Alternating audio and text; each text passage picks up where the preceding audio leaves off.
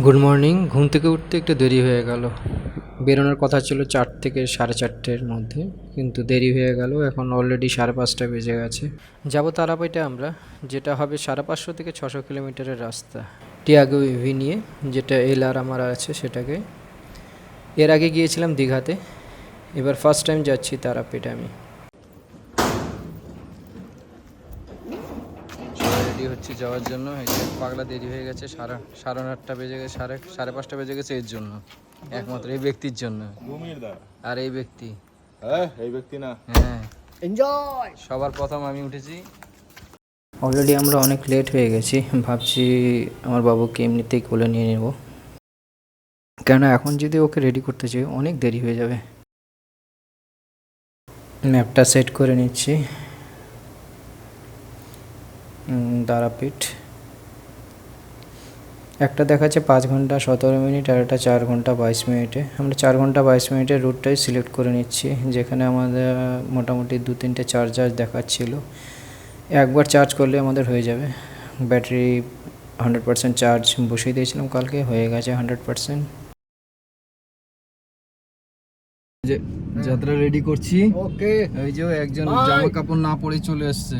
C you again. হ্যাঁ, এই যে একজন। আমরা বেরোচ্ছি পেছনে জয় তারা, জয় তারা, জয় শ্রীরাম। আমাদের সকাল সকাল ঘুম থেকে তুলে আমরা এখন পৌঁছে গেছি শ্রীরামপুর, দিল্লি রোড বলো। দিল্লি রোডে। এটা তো শ্রীরামপুরের রে বাবা। শ্রীরামপুর থেকে এবার দিল্লি রোড হয়ে যাব দুর্গাপুর এক্সপ্রেসওয়ে।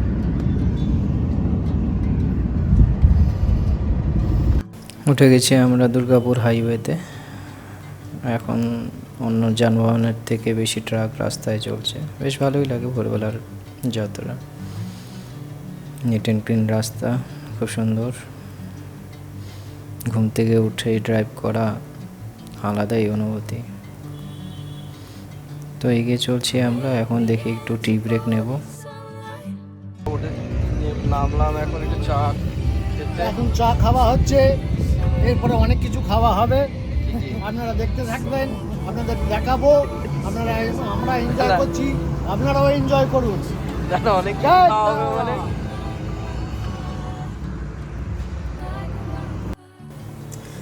গন্তব্যস্থল তারাপীঠের দিকে এগোনোর সময় দুর্গাপুর হাইওয়ে দিয়ে আমরা কখনো জানতাম না এই যাত্রায় এমন একটি মুহূর্ত আসতে চলছে যেটা আমরা কখনো ভুলতে পারবো না। দুর্গাপুর হাইওয়ের দিকে এগিয়ে যাচ্ছিলাম, সব কিছু ঠিকঠাক চলছিল। হাইওয়েতে গাড়ি চালানোর সময় যে কতটা সতর্ক থাকতে হয়, ঠিক সেই সময়টায় বুঝতে পেরে গিয়েছিলাম। আমাদের সামনে তখন দুটো গাড়ি ছিল, দু ট্রাকের মাঝখান দিয়ে ওভারটেক করার চেষ্টা করছিলাম। আর ঠিক সেই সময় হঠাৎ একটি বিকট শব্দ। দেখলাম পাশের একটি ট্রাকের গাড়ির টায়ার বাস্ট করে গেছে। সব কিছু এত দ্রুত ঘটেছিল যে কয়েক সেকেন্ডের জন্য সত্যিই মনে হয়েছিল একটু এদিক ওদিক হলেই বড় দুর্ঘটনা ঘটে যেতে পারে। ভাগ্য ভালো, শেষ পর্যন্ত আমরা অল্পের জন্য বেঁচে গেলাম। সেই মুহূর্তে গাড়ির ভেতরে সবার মুখের দিকে তাকালাম, বোঝা যাচ্ছিল পরিস্থিতিটা কতটা ভয়ঙ্কর ছিল। এই ঘটনার পর কিছুটা সাবধান হয়ে আমরা আবার যাত্রা শুরু করলাম। দুর্গাপুর ক্রস করার পর এবার রাস্তার চেহারাটাই একটু বদলে গেল। শহরের ব্যস্ততাকে পেছনে ফেলে এগিয়ে যাচ্ছি বাংলার গ্রামাঞ্চলের দিকে। দুধারে সবুজ গাছ, আবার কখনো কখনো ছোট ছোট দোকান, খালি রাস্তা।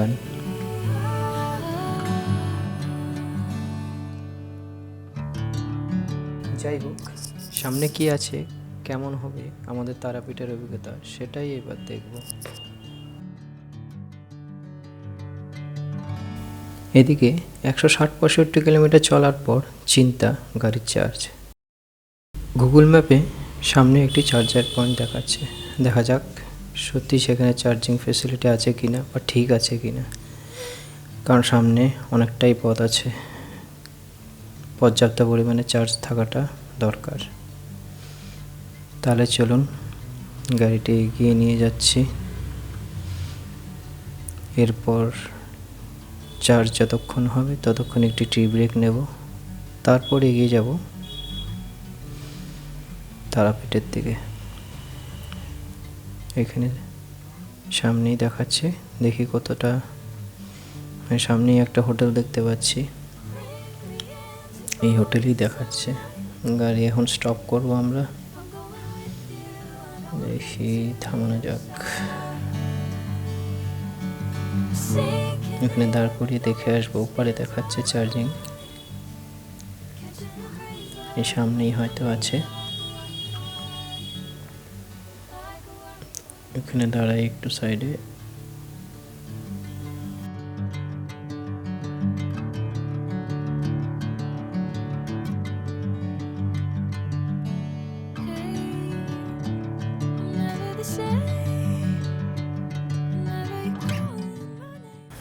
যাক, চার্জারটি ভালো রয়েছে, টাটা 25 কিলোওয়াটের চার্জার রয়েছে এটা। গাড়ি চার্জে বসিয়ে দিলাম। এবার যতক্ষণ চার্জ হবে আমরা গিয়ে একটু টি ব্রেক নিয়ে নেব।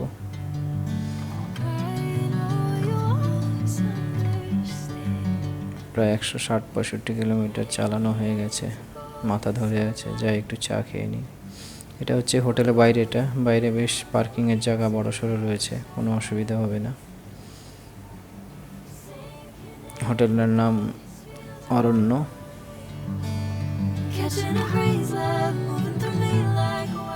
এটা হোটেলের বাইরেটা।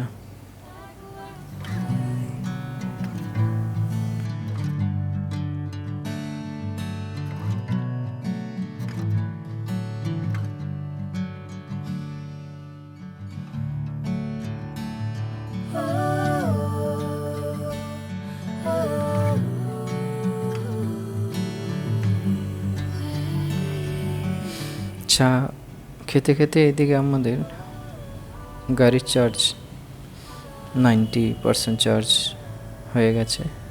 ব্যাস, এবার আমরা রওনা দেব।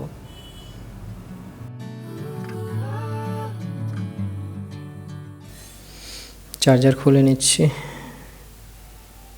385 রুপিস লাগলো এখানে 90% অবধি।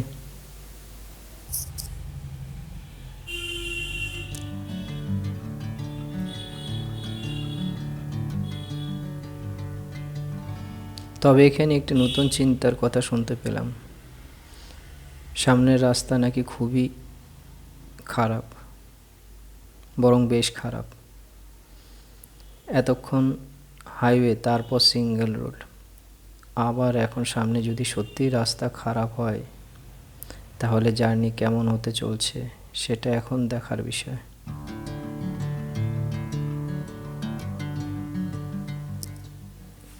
তবে ডেস্টিনেশন যখন তারাপীঠ, তখন রাস্তা যতই হোক যাত্রা তো থামানো যাবে না। এখন অবধি তো রাস্তার পরিস্থিতি খুবই মোটামুটি ভালো, দুধারে গাছপালা রয়েছে, বেশ খুবই সুন্দর। গাড়ির স্পিড এখন 40 থেকে 50 কিলোমিটার। দেখা যাক আগে কেমন হয়। চিন্তা হচ্ছে খুবই খারাপ মানে কতটা খারাপ হতে পারে সেটাই। এগোচ্ছি। তবে হ্যাঁ, রাস্তা এতটাই সরু যে ওভারটেক করা যাবে না। ট্রাক আছে, ট্রাকের পেছন পেছনই আমরা এগোচ্ছি।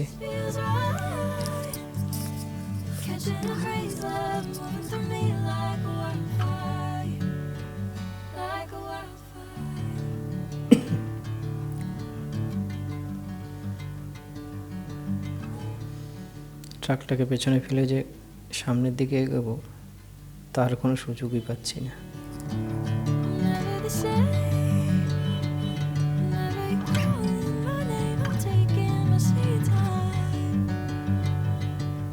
তবে মনে হচ্ছে সামনে এবার রাস্তা খারাপের দিকে এগোচ্ছে।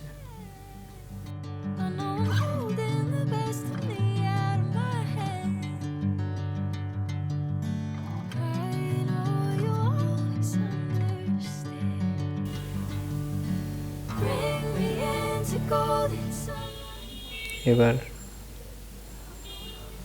স্পিড লিমিট আস্তে আস্তে আমাকে কমাতে হচ্ছে।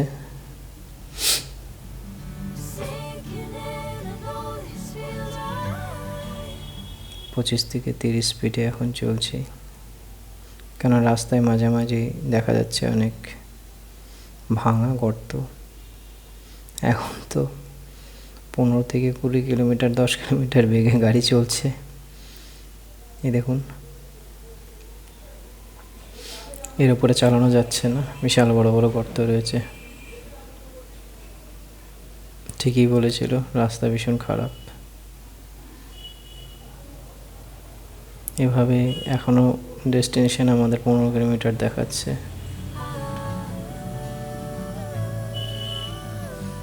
যদি এভাবেই আমাদের রাস্তা থাকে তবে মোটামুটি এই 15 কিলোমিটার রাস্তা ক্রস করতে নিয়ার অ্যাবাউট আমাদের 1.5 থেকে 2 ঘন্টা আরও সময় লেগে যাবে। এই দেখুন, জাস্ট অফ রোডিং হয়ে যাচ্ছে টিয়াগো ইভিতে।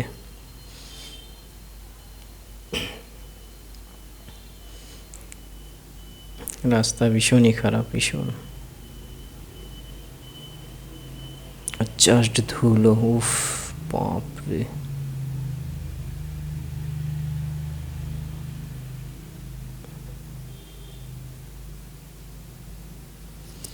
যাই হোক, অ্যাটলিস্ট এসে পৌঁছলাম আমাদের হোটেলে। এটা আমাদের হোটেলের রুম। 2টো রুম নেওয়া হয়েছিল, বাকিরা সব ওই রুমে আছে।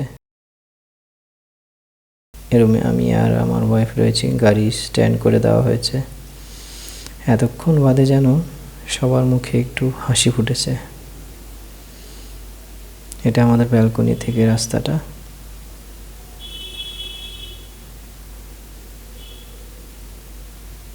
দুপুরবেলাটা সবাই রেস্ট নিয়ে সন্ধ্যের সময় চলে এলাম মন্দিরের পাশটাতে। মন্দিরের পাশের সব দোকান।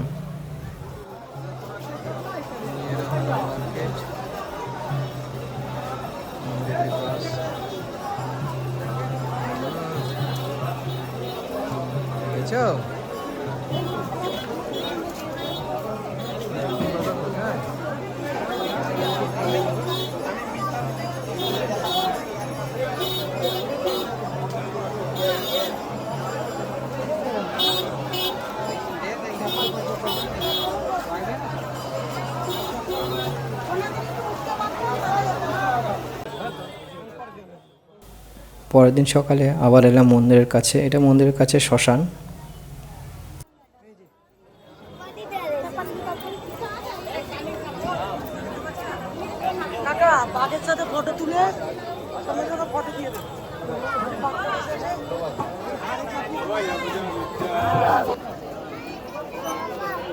হ্যাঁ, কোথায় বসছো?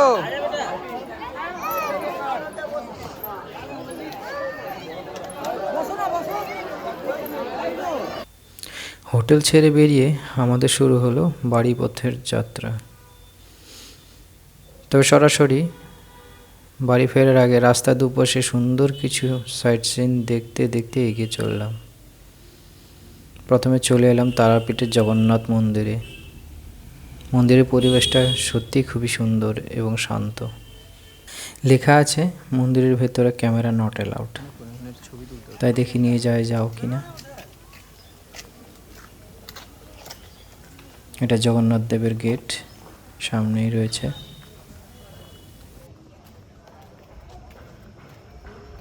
জগন্নাথ মন্দির দর্শন করার পর আমরা চলে এলাম পাশেই ইস্কন মন্দিরে। খুবই সুন্দর পার্কিং এরিয়া, অনেক বড়ই রয়েছে। গাড়িও পার্ক করে দিলাম একদম ভালো জায়গায়। এখানে হয়তো ক্যামেরা অ্যালাউ আছে, জিজ্ঞাসা করলাম পাশে, আপনাদের দেখাতে পারবো ভেতরটা।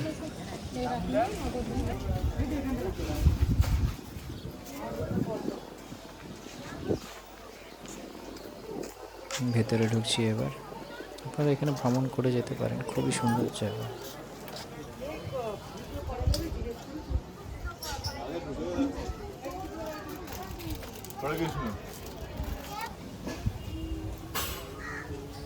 ভেতরটাও শান্ত। কোনো এন্ট্রি ফি নেই, নিশ্চয় পার্কিংয়েরও কোনো টাকা দিতে হবে না আপনাদের।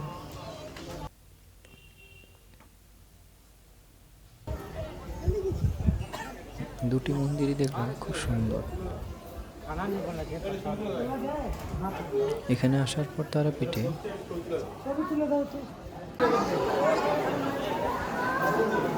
মন্দিরটা খুব সুন্দর।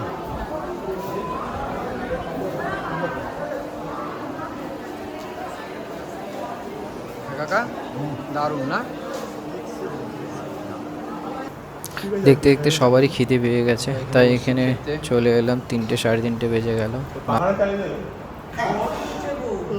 হ্যাঁ ঝড় উঠেছে তো। কি আছে বাবা? এরপর আমরা চলে এলাম ড্যাম্পে। জলের বিশালতা, চারপাশে সবুজ আর সৌন্দর্য পরিবেশ, সব মিলে জায়গাটা এক কথায় অসাধারণ। কিছুক্ষণ সেখানে ঘোরাঘুরি করলাম, ছবি তুললাম আর প্রাকৃতিক সৌন্দর্য দৃশ্যগুলিকে আমরা ক্যামেরার মধ্যে বন্দি করে নিলাম। এই ড্যামটির নাম হচ্ছে বক্রেশ্বর ড্যাম। জাস্ট দারুণ দারুণ। আপনারা এখানে এলে নিশ্চয়ই সবাই আসবেন। এসছে এখানে একটুখানি ঘুরতে, ফেরার পথে। দারুণ জায়গাটা।